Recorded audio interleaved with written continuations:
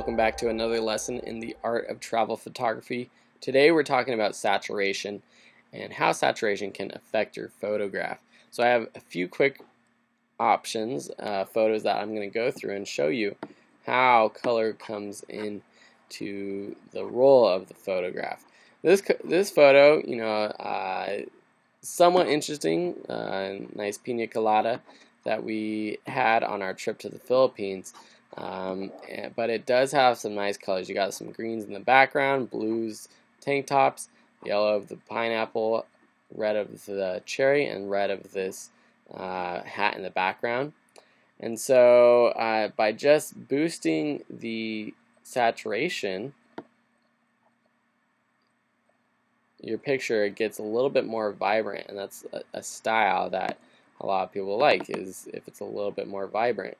You can use the vibrance, as I mentioned before, which tries to boost the colors in a more unique and better way, more natural way. So that's another idea as well.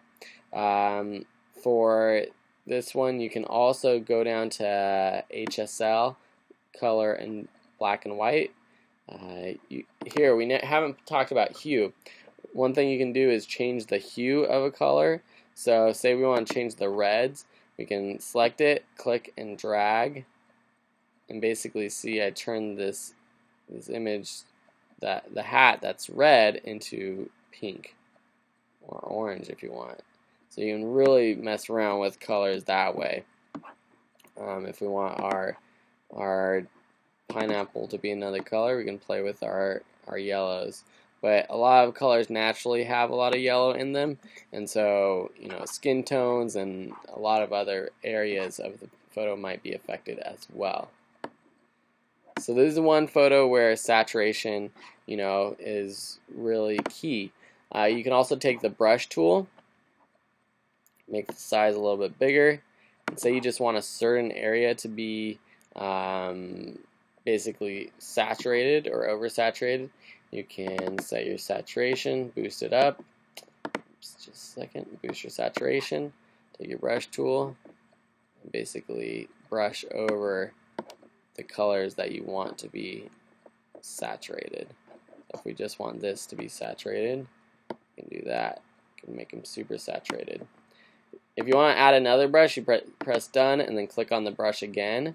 We can desaturate some of these other areas if we want. So this might take a lot of time, but as you can see, maybe you want to brush out the entire photo except for the pina colada to really make it stand out. Get rid of that red hat behind it that kind of distracts from it. And then you really gotta get in there close. Take away that. You get the idea. Something like that would look pretty cool. So you can use Lightroom to come up with your own pina colada ads. Alright, so another idea with saturation is to make things black and white. Here's an image that is a really sweet and tender moment. Not the best image, though, I would say.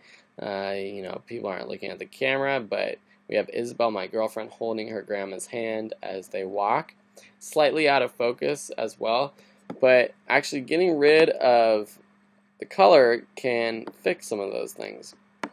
Just by making it black and white, your eye doesn't catch the blurriness as much.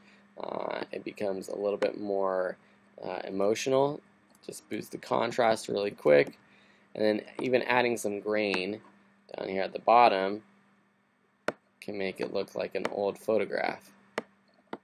If you really want to add a lot of grain, it looks like you're using film or something. It makes the size of the grain even bigger, or the roughness, change the roughness. And so with some photos, I like to just make them black and white to add a little bit of emotion to them. And photos that, if they weren't black and white, still a nice photo, but not one of my favorites, make it black and white, sweet tender moment. So yeah, here's another photo where saturation can come into play. This rooster is right in the middle of our photo, but there's so much green that it's kind of hard to notice or recognize the rooster. So what I'm going to do is go down to HSL, go down to saturation, click our color picker, select the green, and just drop down the green. And then select our red, boost up the red. So you're just clicking and pressing up. And even the luminance I can drop down, actually may brighten the green, so it's a little bit oversaturated. Cropping this would also help. So I'm going to crop this a little bit, make our rooster more prominent, and that, really our eye is drawn to the rooster, and that really helped when we played with the saturation. Another thing we can do is add a vignette to this to really draw our eye in on the center of our photograph. So I'm going to reset this. This is original. It's still a great photo. Still can see the rooster. But now, the rooster is there in the middle. The grass isn't as saturated, isn't competing as much with the rooster itself. Thank you for watching this lesson on editing and playing with saturation. If you have any questions, please let me know. Otherwise, have a great day, and I'll see you next time.